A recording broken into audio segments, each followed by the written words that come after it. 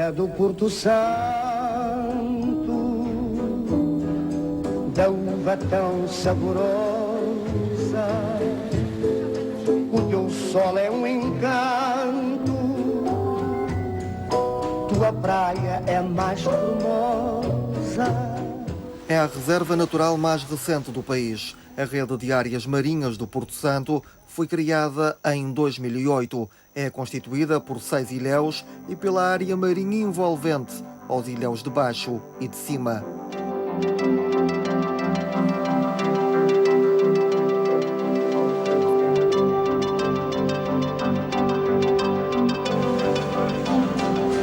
É o maior ilhéu do Porto Santo. O ilhéu de baixo tem uma área de 139 hectares.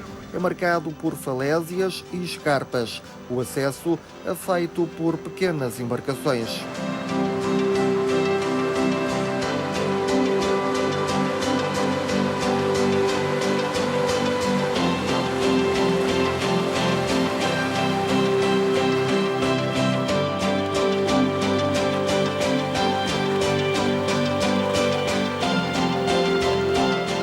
Já em terra, a subida em direção ao topo do ilhéu oferece alguns perigos.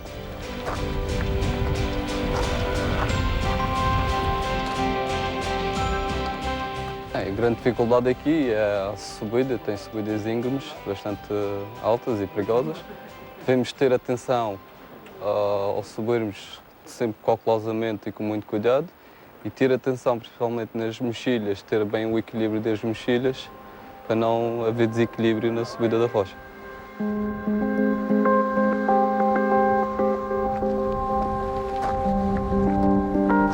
O ilhéu da Cal desempenhou um papel económico importante. A exploração de pedra calcária foi uma das principais indústrias do Porto Santo.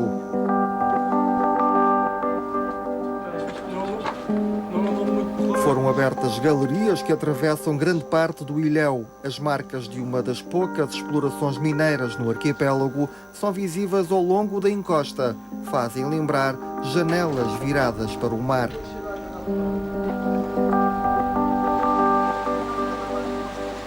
A história da Cal do Porto Santo tem cerca de 180 anos. Nestes 180 anos foi uma indústria que deu muitos postos de trabalho. Houve mais de uma dezena de fábricas de cal espalhadas para a ilha toda, mas principalmente nesta zona aqui do Campo de Baixo. A pedra do ilhéu da cal exatamente era mais usada para essa cal, para caiar. Há cerca de 50, 60 anos só havia tintas para pintar as portas de esmalte de interiores. O resto das nossas casas eram todas caiadas por dentro e por fora. As extensas galerias guardam praticamente intacta a mesa e os bancos improvisados em pedra usados para as refeições. No percurso, há letras marcadas na rocha, com significado por desvendar. Um verdadeiro labirinto de grutas.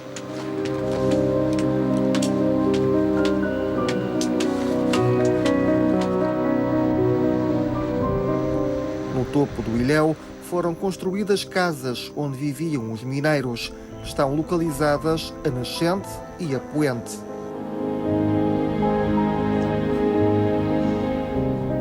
As pessoas que ali trabalhavam, essencialmente, eram do Concelho de Santa Cruz. Eles vinham à terra aos fins de semana para fazer as suas compras e também, pronto, para conviver um pouco.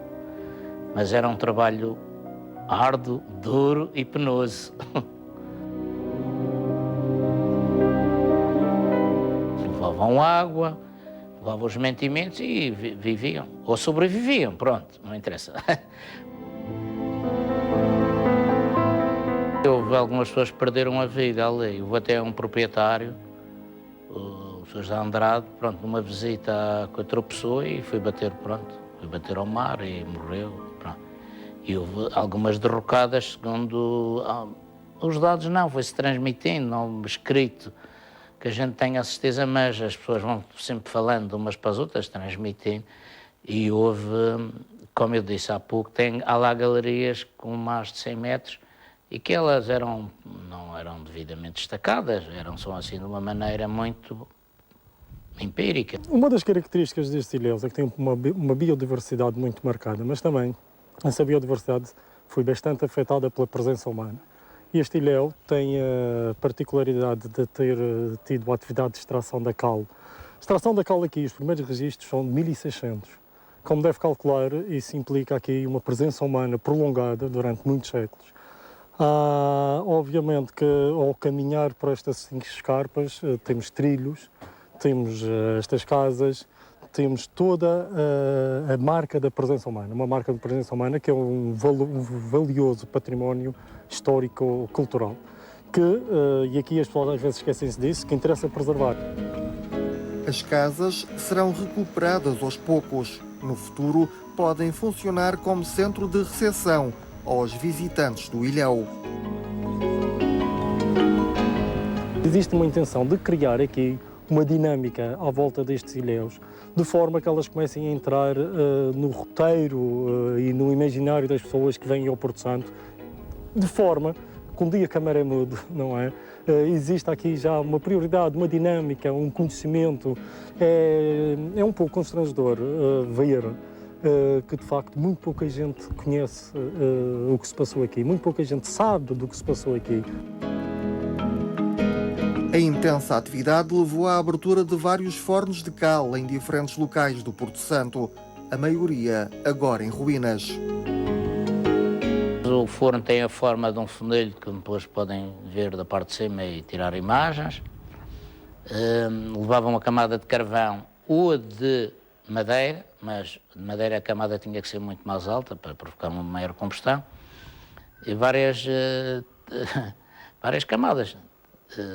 Carvão, pedra, carvão, assim sucessivamente. Depois a pedra tinha que o forno cose dia e noite, sempre, quando está a trabalhar, e enquanto se deita na parte de cima a chegar à parte de baixo, levava cerca de 2 dias e meio, 3 dias e meio para a pedra ter uma cozedura razoável, pronto. Depois era cozida, era espalhada no chão e depois levava água para transformar na tal cal morta em cal viva e depois era sarandada com crivos, sarandas, depois ensacada.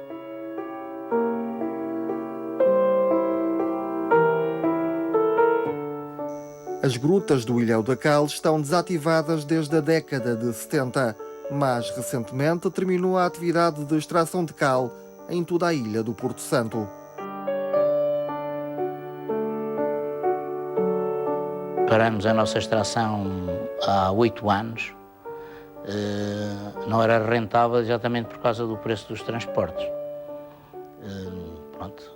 Também a cal tem várias finalidades, foi substituída por outros materiais, além do cimento, embora a cal é um produto ecológico, é um produto que continua a ser usado, como eu disse, não só para o reboco das casas, não só para queimar as casas, nem só para lavar as zonas acostadas dos cais, já lavaram com outros produtos, mas depois criaram problemas, matar a fauna dessa zona. Hoje há um cuidado e a cal também nesse sentido é usada.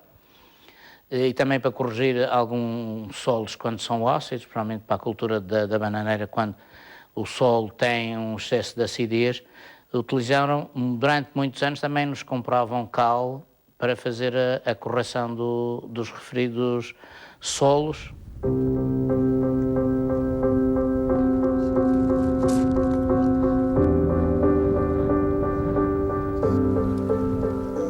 A fauna e flora estão presentes ao longo de todo o percurso. O caracol grande é exclusivo do Porto Santo. O Ilhéu da Cal é o único sítio onde a espécie se encontra viva.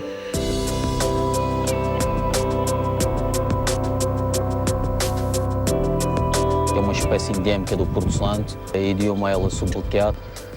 Foi um caracol que outrora foi muito comum no Porto Santo, foi encontrado, atualmente encontra-se só fóssil, e encontram-se fósseis aqui, no Porto Santo, no Ilhéu de Cima e no Ilhéu de Ferro. Aqui essa espécie ainda se encontra viva, podemos ver, ela vive muito debaixo das pedras, esconde-se debaixo das pedras, no caso no verão, no inverno, após as chuvas saem, onde se alimenta de vegetação rasteira. Temos um problema com esse caracol, que é a introdução do rato, do morganho, meus músculos, que o come, principalmente nos meses mais secos, os meses de verão. O rato, com falta de alimento e falta de água, ataca esta espécie de caracol, comendo o próprio animal para obter carne e ao mesmo tempo também de água.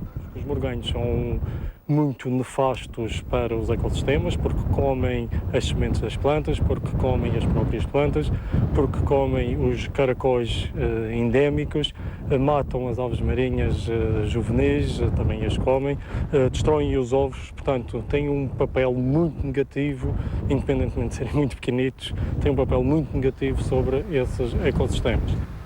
Os morganhos estão a ser erradicados, tal como outras espécies invasoras.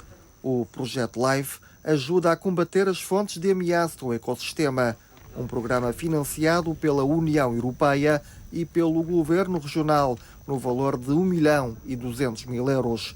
O projeto inclui também o levantamento do património histórico e cultural dos ilhéus. O nosso trabalho, neste momento, é exatamente retirar estes elementos, estas pressões negativas sobre os habitats e sobre os ecossistemas, para criar as condições de recuperação, criar as condições para a recuperação desses habitats.